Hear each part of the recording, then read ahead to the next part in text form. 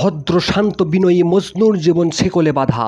তুমি শুনেই হয়তো ভাবছো এ আবার কেমন গল্প, কিন্তু বিশ্বাস করো এই গল্পটা একবার শুনলে তোমার শরীর কাঁপবে, লোমগুলো দাঁড়িয়ে যাবে, কিছু সময়ের জন্য থমকে যাবে তুমি। তাহলে শোনো, এই ছেলেটা চুপচাপ থাকতো, বই পড়তো, স্বপ্ন দেখতো, কারো চোখে চোখ তুলে কথা বলতো না। তার চারপাশের সবাই বলতো অনেক ভালো ছেলে, শান্ত ছেলে, ভদ্র ছেলে, কিন্তু কেউ জানতো না তার ভেতরে গড়ে উঠেছে একটা কবর ঘর। সেখানে প্রতিদিন সে কবর দিত নিজের ইচ্ছা, স্বপ্ন আর ভালোবাসাকে। সে কখনো চিৎকার করে কাঁদেনি, তবুও প্রতিটি রাত তার ঘুম কেড়ে নিত। নিঃশব্দ কান্নায় ভিজে যেত বালিশ। আর সে বলতো আমি ঠিক আছি, কিন্তু না, সে ঠিক ছিল না। তার হাসির পিছনে ছিল অন্ধকারের জমাট ছায়া, যেখানে কান্নার শব্দ ধ্বনি পায় না।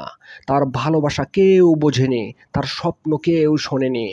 আর একদিন সে সব কিছু নিঃশব্দে ভেঙে দিল, পুড়িয়ে দিল নিজের ডায়েরি, যেখানে সে একদিন নিজের গল্প লিখেছিল। চাকরি ছেড়ে দিল, বাড়ি ছেড়ে চলে গেল একবার নীরব বিদ্রোহে। আজ সে কোথায় আছে কেউ জানে না, শুধু একটা কথা রেখে গেছে, ভালো ছেলে হয়ে আমি কিছুই পাইনি, তাই এবার আমি নিজের মতোই হব। আর এবার আমি নীরব থাকব না। সতর্ক করে দেই, শান্ত ছেলেরা যখন বিদ্রোহ করে তাদের কণ্ঠে চিৎকার থাকে না, তাদের চোখেই আগুন জ্বলে।